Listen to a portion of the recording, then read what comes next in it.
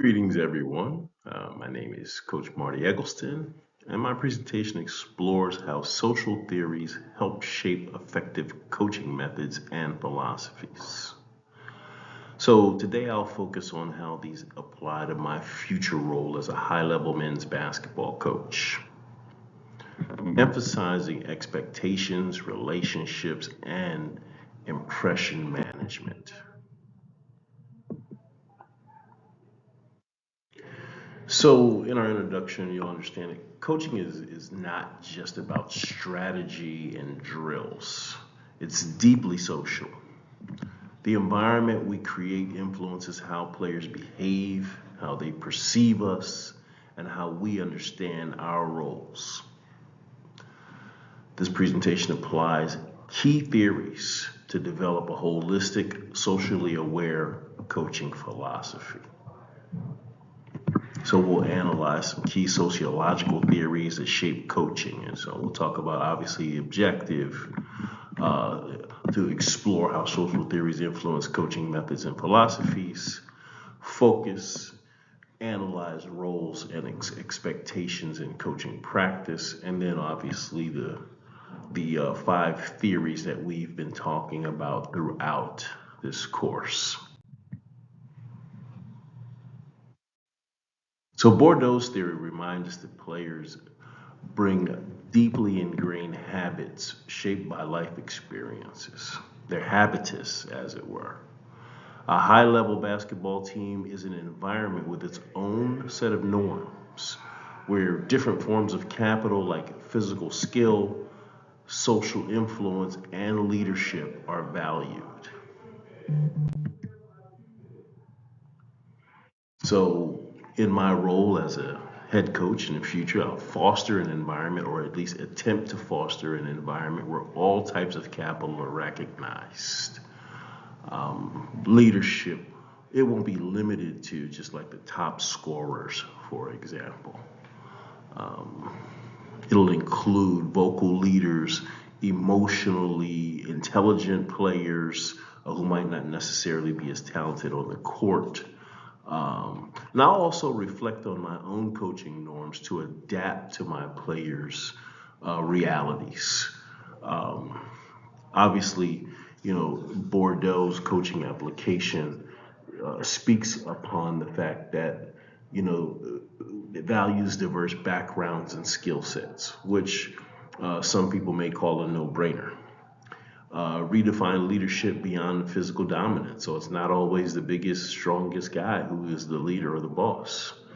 Um, and reflect on involving my own coaching habitus because, as I often say, I consider myself an old dog when it comes to coaching. And so learning some new things has really been amazing for me. So I've been able to kind of break some of my own habits or habitus, as it were, and also develop inclusive practices that value different forms of capital, as we mentioned.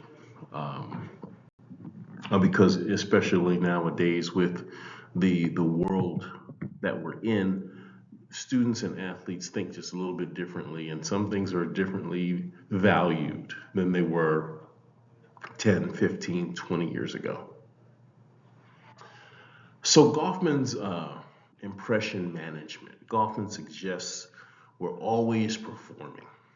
Uh, so on the court, I have to appear confident, composed, and fair.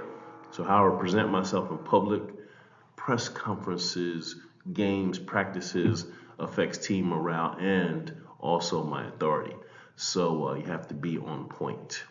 I have a relative in television, and she says, you always have to be on, so to speak, especially in situations where you're talking about high level sports when you're constantly in the public eye. Social roles are performed like actors on a stage, which can sometimes be true. Coaches must manage impressions to build credibility. That's very important because you're dealing with a variety of people. And obviously, in order to gain trust, you have to be consistent. So, consistency equals trust.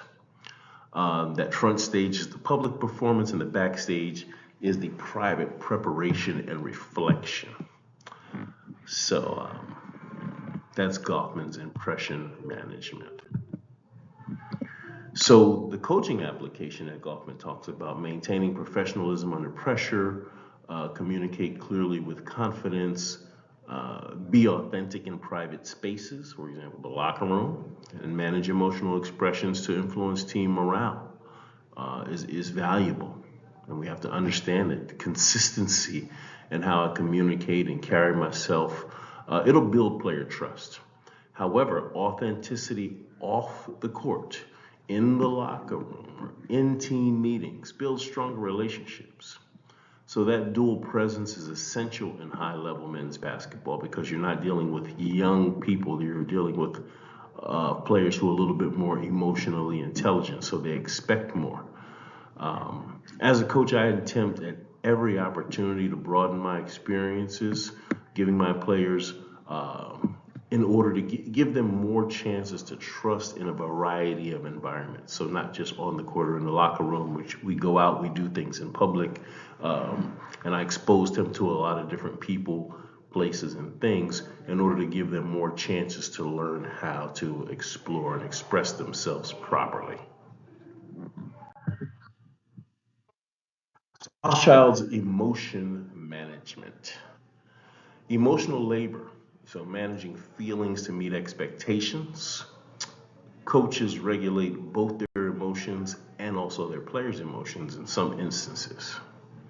High pressure equals emotional strain, so we have to be aware of that. Surface acting, pretending to feel emotions, and there are some people who do that, whether we believe it or not. And deep acting, aligning feelings with role expectations. So Hochschild's theory shows that coaching demands emotional labor. So during close games, for example, conflicts or tough seasons, I need to regulate my own emotions while helping the players process theirs without having burnout. This year's season was difficult for many of us, for example. Our basketball team struggled a little bit and emotions ran high. And definitely we lost some players to burnout, and you can also lose coaches to burnout in situations like that. So understanding this theory really helped me in a real life situation. So Hochschild's coaching application. So normalize emotional check-ins, model calm, reflective responses, train players in emotional self-regulation, implement strategies to manage stress and maintain focus, and provide support for players' emotional well-being. What I do is, and will continue to do, is I'll build time for emotional debriefs after games and model how to respond constructively to failure, for example. Emotional maturity is a competitive edge. It really is. It can help you get over the hump and when times are difficult. It helps players stay focused, and it also helps them be resilient. Foucault's theory of power. So power is relational, and it's relational not just from the top down. Surveillance, discipline, and norms regulate behavior. Create self-discipline, not fear. Power regulations influence coaching structures, we understand that. And discipline and surveillance ensures conformity, but it can be empowering as well. So Foucault helped me understand that power is everywhere. It's not just what I say as a coach, my systems, my expectations, and even how I watch players shape behavior. The goal is not to control, but to empower through accountability. And that's kind of a tie-in with emotional intelligence. So Foucault's coaching application. Co-develop team rules and culture. Some team rules, and we'll get to that. Use peer accountability. Video analysis is great. So watching film is great. One of the things that I understand that players don't often do is when they're watching film, they don't always watch themselves. And when they do, they're only looking for the highlights.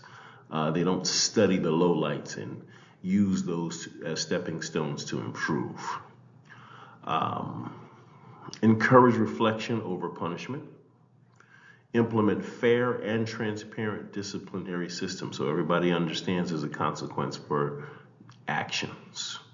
Also, foster mutual respect and autonomy.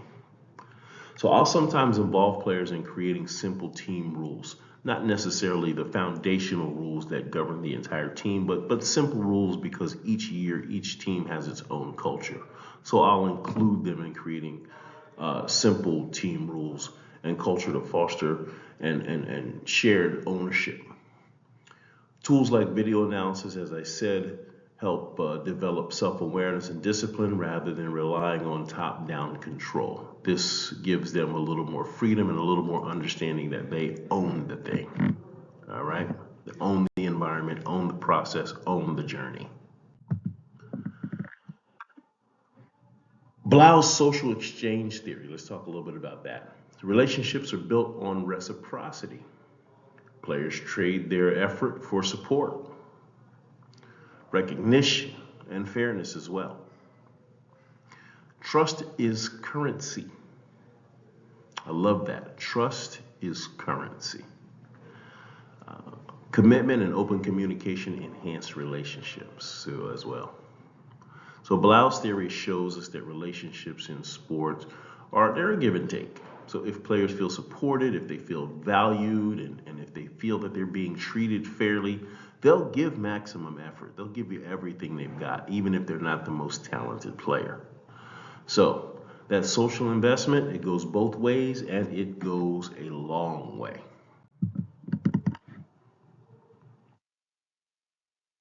So let's talk about Blau and coaching application. Consistent support and fairness equals buy-in. Recognize effort, not just their performance. Build trust through one-on-one relationships. And foster a sense of shared goals in community. That's how you build family. That's how you build a team from the inside out. And that's how you build individual athletes. So I'll continue to develop trust through consistent recognition. I'll also do that through fair treatment and open communication.